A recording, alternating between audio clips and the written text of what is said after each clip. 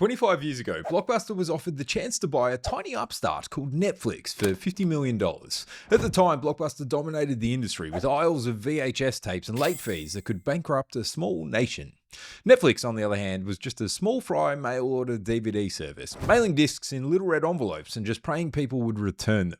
So when Netflix pitched their proposal to team up, Blockbuster executives literally laughed them out of the room. And how did that turn out? Netflix is worth hundreds of billions of dollars, and Blockbuster, well, you get the point. So if you love random facts, you're in the right place. Let's dive into 20 absurd facts you'll have a hard time believing. And then there were Beanie Babies, those little plush stuffed animals that secretly fueled one of the wildest financial bubbles of the 90s. Families stuffed closets full of them. There were zebras, bears, bunnies, you name it. They treated them like blue chip stocks, like a golden ticket to a holiday house in the Bahamas. One of them even sold for nearly $500,000 on eBay. But with most good things, they come to an end. Within a few short years, the market imploded. Those same bears that were going to put their kids through college ended up a staple of every suburban yard sale. It was one of the strangest bubbles in modern history. People really paid through the nose. That's a weird saying, right? Paying through the nose. These days it just means overpaying for something, just getting completely ripped off. But in 9th century Ireland, it was quite literal. Things did get ripped off. People's noses. They enforced a nose tax. Back then, every Irish household had to pay a set amount of silver per person. Refuse to pay and they'd chop off your nose as punishment. Isn't the saying, once you chop, you can't stop? Wait, once you pop, you can't stop. That's right. Let's talk about Pringles. Fred Ball was the inventor of the Pringles Can.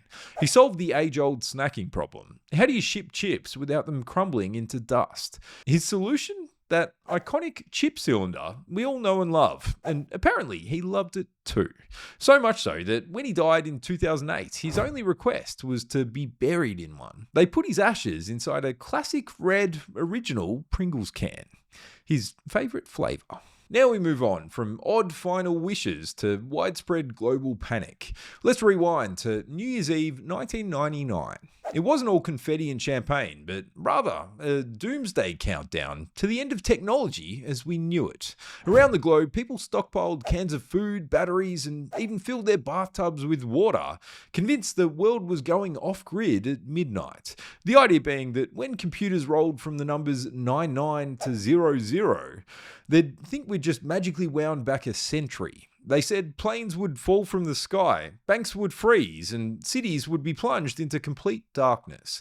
But when the clock struck 12, literally nothing happened. The lights were on, receipts printed with the number 2000, and the global Y2K apocalypse turned out to be one of the greatest anticlimaxes in history. It just shows that words are so powerful, they can make people think that the world is ending. And speaking of clever wordplay, have you heard of Weasel words? They're a staple of every politician and advertiser's toolkit. Think up to 50% off, results may vary, or experts say. These are the phrases that sound confident, but promise absolutely nothing. Carefully designed with a perfect amount of vagueness to give them a free pass if it doesn't go their way. Trust me, as soon as you start listening for them, you'll hear them everywhere. The next time you ask your boss for a raise and he says, "We'll consider it," be careful. His Weasel game is strong.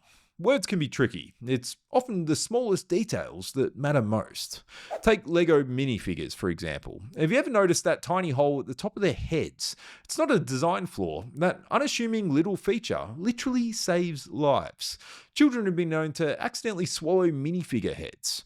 Come on, we've all been guilty of it. I know I've eaten a few Lego families in my time. Well, that hole lets air pass through and ultimately lowers the risk of choking. It's not just Lego. They use the same trick in pen lids, plastic beads, and if you look close enough, you'll even spot a tiny hole in the top of Nerf darts.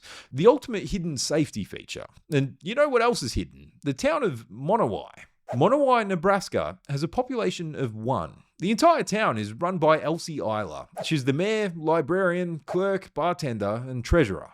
Not only does she issue her own permits, she pours beers in the Monowai Tavern and even pays herself taxes for the privilege. Elsie was born and raised in the town and said she has no interest in leaving. And she's far from lonely. Travelers from all over the world make detours just to grab a beer, sign the guest book, and say they've visited the only town in America with a population of 1. from the smallest town to the smallest number. That would be zero. In 1299, Florence actually banned zero from all financial records. Officials thought it was too mysterious, too abstract, and way too easy for crooked merchants to exploit. They had to rewrite all their ledgers without it. Imagine doing taxes, banking, or even basic sums without zero. No surprise the ban didn't last. Outlawing math is like opening Pandora's box. Well, technically, Pandora's jar. Pandora's box was never a box at all. In the original Greek myth, Pandora was given a pithos, a massive clay storage jar normally used to hold grain or wine. The types of jars you see in ancient ruins that stand as high as a person. The story goes her curiosity got the better of her. She lifted the lid and unleashed every misery imaginable. All the bad things like sickness, envy, and greed. At some point centuries later, a translator swapped jar for box, and this slip-up rewrote an entire myth. It's all a misconception. A bit like how one of the greatest rock bands actually made more from a video game than from any of their albums. By 2008, Aerosmith were rock royalty. They'd sold over 150 million records, toured for decades, and racked up more platinum albums than most bands could ever dream of. So it might surprise you to know that their biggest single payday didn't come from all those records or tours. It came from a video game. Reports are that guitar hero Aerosmith earned the band more money than any one of their fancy platinum albums. Shredding plastic guitars in a basement is clearly more lucrative than decades of sold-out stadiums.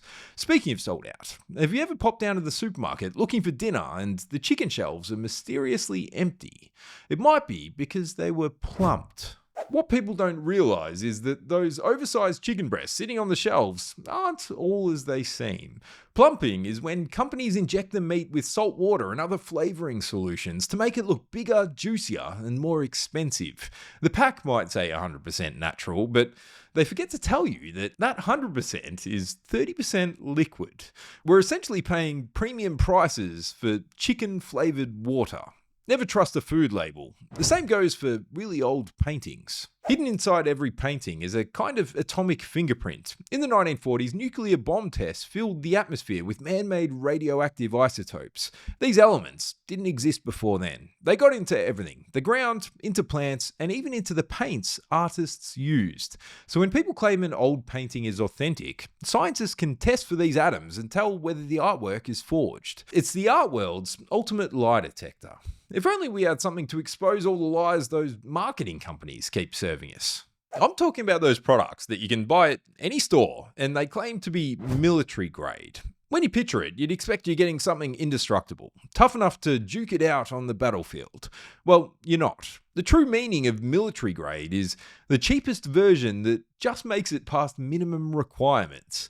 It's not made of the same stuff as Frodo's ring. It's really just the most budget-friendly option. It's one of those marketing buzzwords that looks good on a label, but in reality it means very little. If you want real innovation, you should check out Japan's fire alarms. Most fire alarms have that annoying beep that wakes up the whole neighborhood. It makes sense for most people, but what if you're hard on hearing? True to their reputation, Japan's thought of it all. For deaf people, they created an alarm that sprays a cloud of wasabi mist into the air. Within seconds, your eyes are watering and your nose feels like it's on fire.